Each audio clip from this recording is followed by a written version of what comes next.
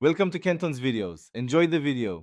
In this video, I will show you how to change a Toyota Corolla key battery.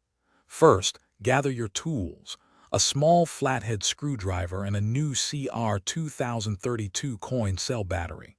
Locate the small slot on the side of your key fob. This is where we'll begin to gently pry it open. It's a straightforward process, so let's get started. Now, carefully insert the tip of your small flathead screwdriver into the slot you found. With a gentle twist, you'll feel the two halves of the key fob begin to separate.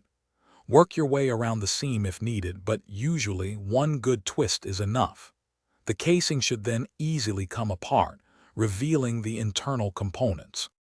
Once the key fob is open, you'll see the old battery.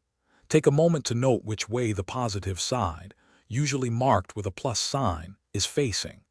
Gently pry out the old CR2032 battery.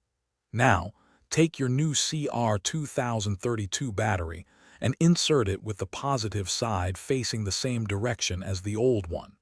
It should snap securely into place. With the new battery in, it's time to reassemble your key fob. Carefully align the two halves, making sure all the buttons and internal components are properly seated. Press the halves together firmly until you hear them snap securely into place.